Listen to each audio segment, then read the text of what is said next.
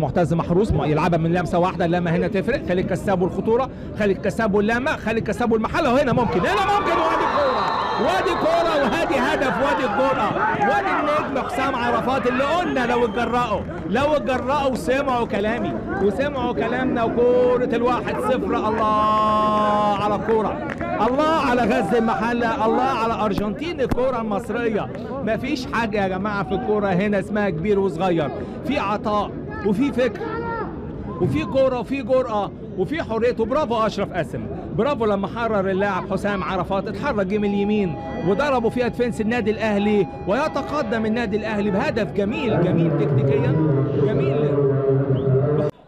نوح سيام جده احمد شكري يحاول ان هو يفتح لنفسه زاويه الاوفر، سند مع اللاعب شديد بالعرضيه، وادي الاستلام، وادي كوره، وادي هدف عالمي يا تريزيجيه.